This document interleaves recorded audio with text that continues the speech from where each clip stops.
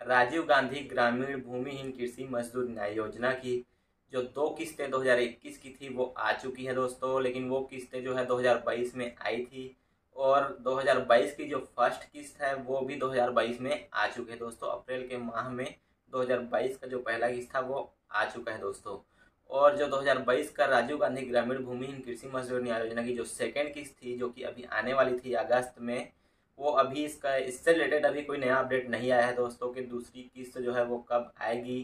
कुल मिला के राजीव गांधी ग्रामीण भूमिहीन कृषि मजदूर न्याय योजना की 3 किस्तें हमारे बैंक खाते में ट्रांसफ़र हो चुकी है दोस्तों अब तक।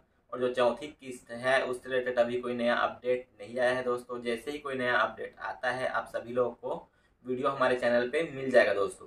तो आज के लिए इतना ही, मिलते हैं नेक्स्ट वीडियो में। अगर वीडियो अच्छी लगी हो तो लाइक कर देना, शेयर कर देना और चैनल को सब्सक्राइब जरूर कर देना दोस्तों।